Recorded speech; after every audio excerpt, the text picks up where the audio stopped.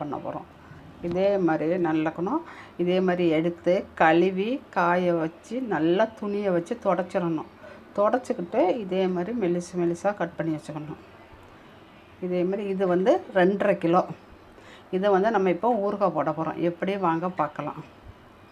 ஒரு அகலமான அடி கனமான பாத்திரம் வச்சுருக்கோம். ஊற்றினா போதும். எண்ணெய் நல்லா காஞ்சிருச்சு. இப்போ கட் பண்ணி வச்சுருக்க தக்காளியை போட்டுடலாம். உள்ளே இருக்குது பாருங்கள், சட்டி நிறைய இருக்குது.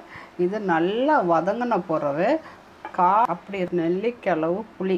ஏன்னா நம்ம இதில் வேறு எதுவுமே போட போகிறதில்ல, கெட்டு போகாமல் இருக்கிறதுக்கு. அதனால் புளி இதுவும் அதோடு சேர்ந்து நல்லா வதங்கும். கொஞ்சம் அடுப்பை கூட்டி வச்சுக்கிடுங்க.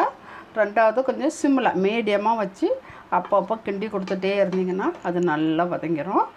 எப்படி வீடியோ நல்லா தண்ணி வச்சு எவ்வளோ இருந்துச்சு பார்த்தீங்களா தக்காளி. ரொம்ப கூட்டி வச்சோன்னா இன்னும் வதங்க இது கம்மியாயிரும். உப்பு போட்டுக்கலாம். எவ்வளோ உப்பு போடணுன்னா இங்கே பாருங்க, 1 ஸ்பூன். பத்தாட்டம் நம்ம 2வது போட்டுக்கலாம். இது கல் உப்பு 2 ஸ்பூன் போட்டிருக்கேன். எவ்வளோ தெரியுமா, ஒரு 5 மீடியமாக இருந்து வற்றிக்கிட்டே வருது. இப்போ இதுக்கு நம்ம மிளகாத்தூள் போடலாம். எல்லாம் வச்சு அரைச்சிட்டு 2வது தாளிச்சிட்டு அதுக்கு ஒரு பொடி சீக்ரெட்டு பொடி போடணும். இப்போ மிளகாத்தூள் 1 நம்ம போட்டுக்கலாம். ஏன்னா சில மிளகாத்தூள் நல்லா காரமாக இருக்கும், சில மிளகாத்தூள் காரம் கம்மியாக இருக்கும். இது இன்னும் தண்ணி வற்றணும். நம்ம 2வது தாளிப்போம்ல அப்போ கூட போட்டுக்கலாம். இதே கரெக்டாக இருக்கு. இப்போ தக்காளி நல்லா ஆறிடுச்சு. இப்போ நம்ம என்ன பண்ண போகிறோம்னா தாளிக்க போகிறோம். தாளிக்க போகிறதுக்கு கடுகு ஒரு 2 ஸ்பூன் கடுகு போட்டுக்கலாம். ஏன்னா 2.5 கிலோ தக்காளி. இப்போ ஒரு 100 கருவேப்பிலை, காஞ்ச மிளகா, 1 ஸ்பூன் பெருங்காயத்தூள்.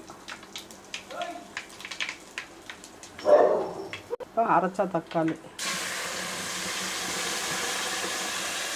ஒரு ஜாரை ஊற்றிட்டேன். இன்னொரு ஜார். இது இன்னும் நல்லா வற்றணும். திருப்பி இந்த எண்ணெய் வாமல் இருக்கும் எத்தனை நாள் ஆனாலும். இப்போ என்ன போடணும்னா வெந்தயமும் கடுகும், 1 ஸ்பூன் வெந்தயம், 2 ஸ்பூன் கடுகு வறுத்து பொடித்தது. அவ்வளோதான். நல்லா திரைக்கும்.